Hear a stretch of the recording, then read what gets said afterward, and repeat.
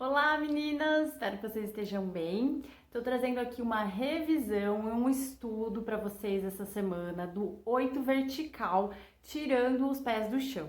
Então a gente vai revisar essa técnica para a gente começar a deslocar com esse movimento. Então como que seria o 8 vertical? Os 8 verticais, eles são aqueles 8 que têm diferenciação de altura entre as cristas. Então, de alguma forma ou em algum momento, a gente vai ver elas subindo ou descendo, né? Sempre vai ter uma diferenciação de altura das cristas ilíacas, desses ossos grandes da bacia. Quando a gente fala dos 8, a gente tem essa ideia, principalmente os verticais, de desenhar num plano que fica na nossa frente. Ou seja, se a gente tivesse uma lousa, um espelho, e a gente tivesse lápis, né? Coladinhos aqui na crista, com a ponta para frente, a gente iria fazer esse desenho lá na frente, lá nesse plano frontal, certo? Muito bem. Quando que isso acontece? O movimento de 8 vertical, ele tem duas movimentações envolvidas principais, que é o deslize, né, a transferência de peso do quadril entre os pés, entre as pernas, e o soldadinho, que também a gente já estudou, que é essa a diferença de altura das cristas, esse trabalho de joelho que faz com que a gente tenha esse subir e descer do quadril. Então, quando a gente junta essas duas movimentações de lateralização e de sobe e desce, a gente consegue desenhar esse 8 vertical, seja para cima ou para baixo. Quando a gente pensa em fazer ele com os pés no chão, a gente tem um trabalho dos joelhos para afundar o quadril, né? E ter essa descida, que justamente é o soldadinho. Então, quando a gente pensa nesse 8, tirando os pés do chão, a gente vai ter esse trabalho pelo descolamento dos calcanhares do chão. Então, a gente vai, como no outro, lateralizar. E agora, se eu vou pensar em subir, eu vou tirar o calcanhar do chão. Uma coisa importante é empurrar o chão com a minha meia ponta. Deixa vocês vejam aqui o meu pé, ó. Eu vou empurrar antes de transferir o peso. Então, o meu peso ainda está na lateral, enquanto eu subo e tiro o calcanhar.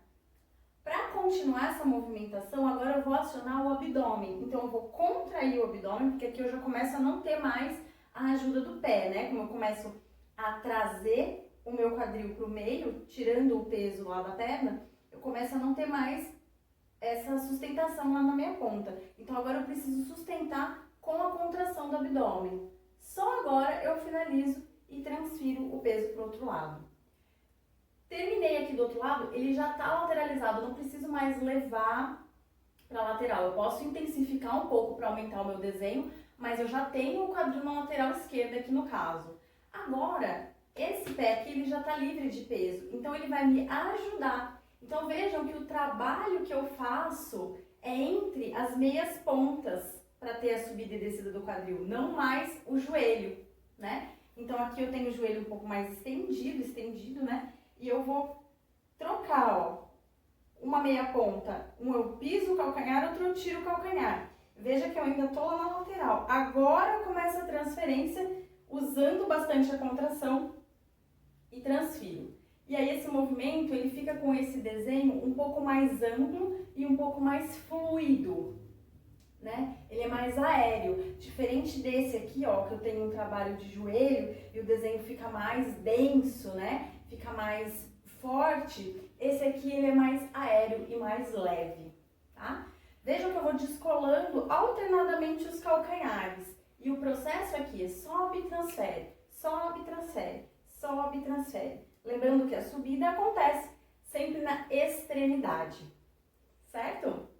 A partir daí, a gente começa a entender a transferência de peso e ver em que momentos que eu tenho o pé livre para poder dar o passo, né? Então, eu tenho o pé livre aqui no caso,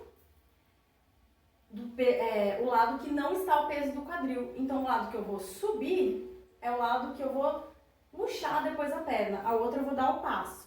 Então, estou sem peso, dá o passo. Sobe, puxa atrás a perna.